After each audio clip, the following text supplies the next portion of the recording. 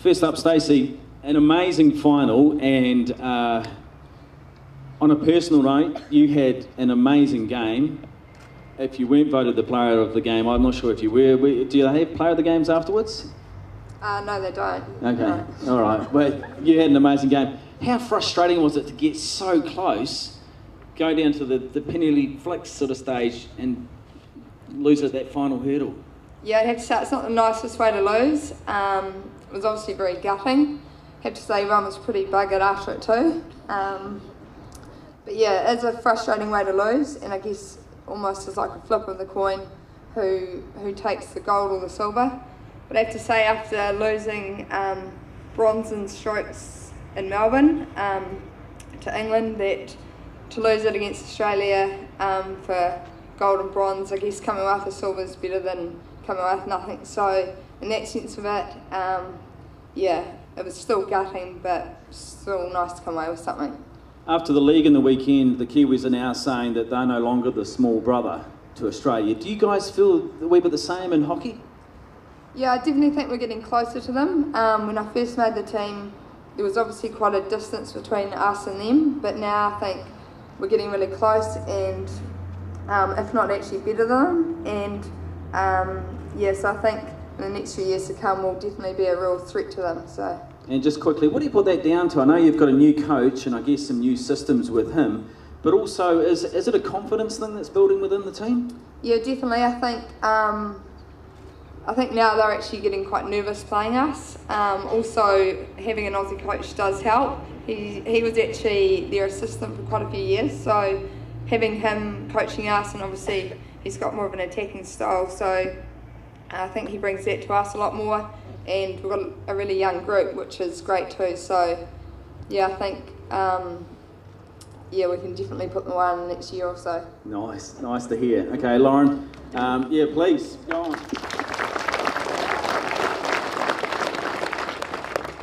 Like me, several people were watching that race and going, "What are you doing?" At the back, you're hanging around, they're getting points. Yeah. Talk us through your tactics during the race.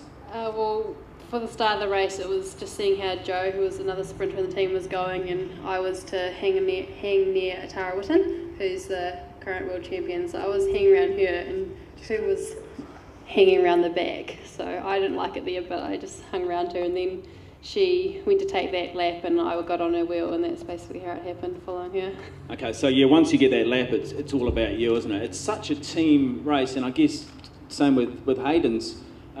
Do you feel like they should get a bit of your medal as well? Yeah, definitely. They help out so much, leading you out for the sprints. You know, after sprints when I had gone for it and people would attack, they were there to cover all the breaks and look after me, so all I had to do was focus on those sprints.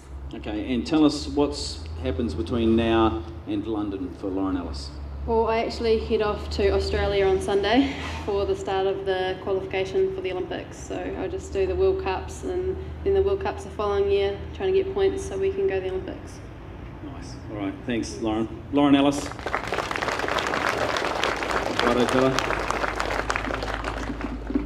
Congrats on Tour of Southland. An amazing victory, but geez, you left it to the last, didn't you? Although I was watching you on Facebook and you're always pretty confident. Just tell us quickly about the Tour of Southland. Yeah, I was confident, but I wasn't sure it was ever going to happen. Yeah. I mean, it's better to win late than not at all, I guess. But I mean, it was a good week. There was some very tough opposition. It was all about planning, and there was a real strategy right throughout the whole race. So we had to wait basically to the last minute, and we're just happy that I pulled it off. Once again, your medal, you must feel like sharing that with your team, because that was a huge team effort, wasn't it? And the guy that went out and just about busted his boiler completely out in the front, tell us about him and the other team members. Yeah, Gordy, he's basically the light of any team he's in, actually. He's a real funny guy, and he really keeps the spirits up with all of us.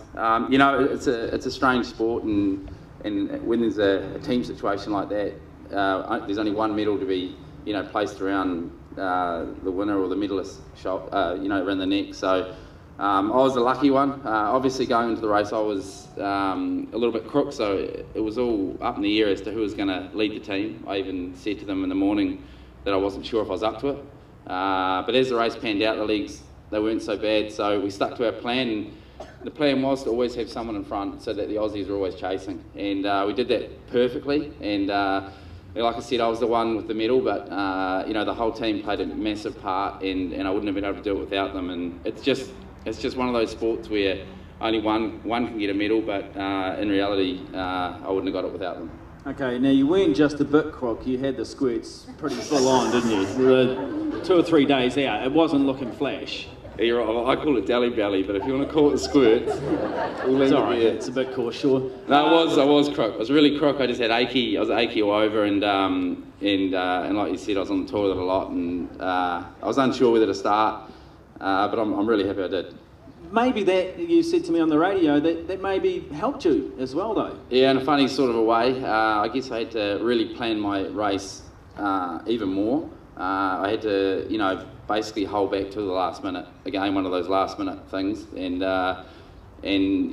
hindsight's a wonderful thing. And you look back now and say, well, yeah, I do think it helped me. It definitely made me wait and use all my energy at the right time. Yep. Cool. All right. What's on the agenda for you over the next 12 months or so, mate? It's a busy time, really. I'm off the bike at the moment, but I'm still pretty active, doing a bit of running and stuff. And I got a training camp in December for 10 days in San Fran, and then I go back to Europe probably in February. But it's still a pretty busy time. Cheers, mate. Cool. Thanks. Hayden Roulston. Come on up, John. John was in my class at school, poor bugger. Gold medal. Has it all sunk in yet, mate? When I talked to you on the radio, I got the feeling that it hadn't really all sunk in. Has it now, what you've achieved? No, not really.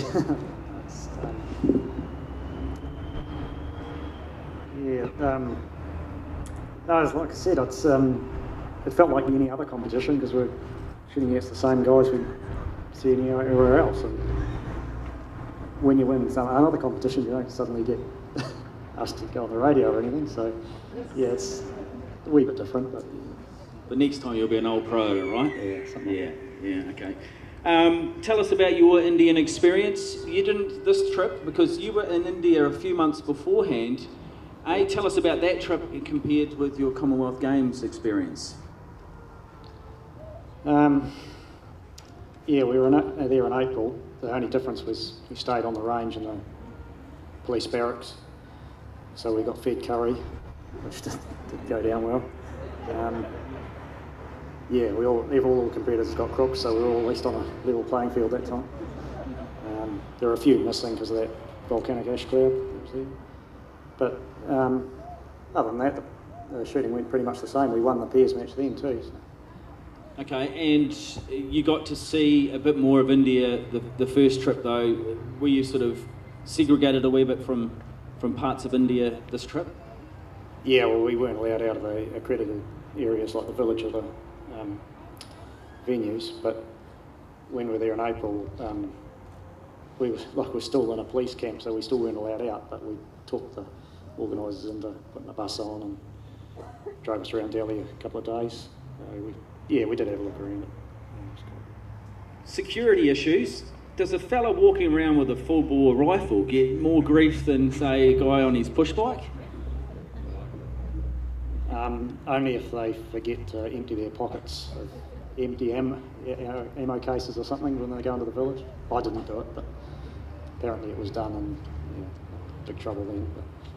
Nice. All right. And what's on your agenda, mate, for the next wee while? There's a World Championship in Brisbane, October next year, and our nationals are in January at Trentham. But that's all that's planned at the moment. Brilliant. All right. Not only you, but all four of you and our officials, I'm sure I speak for everybody here and the whole of Mid Canterbury, we are incredibly proud of you each time you represent us. Thank you so much and well done.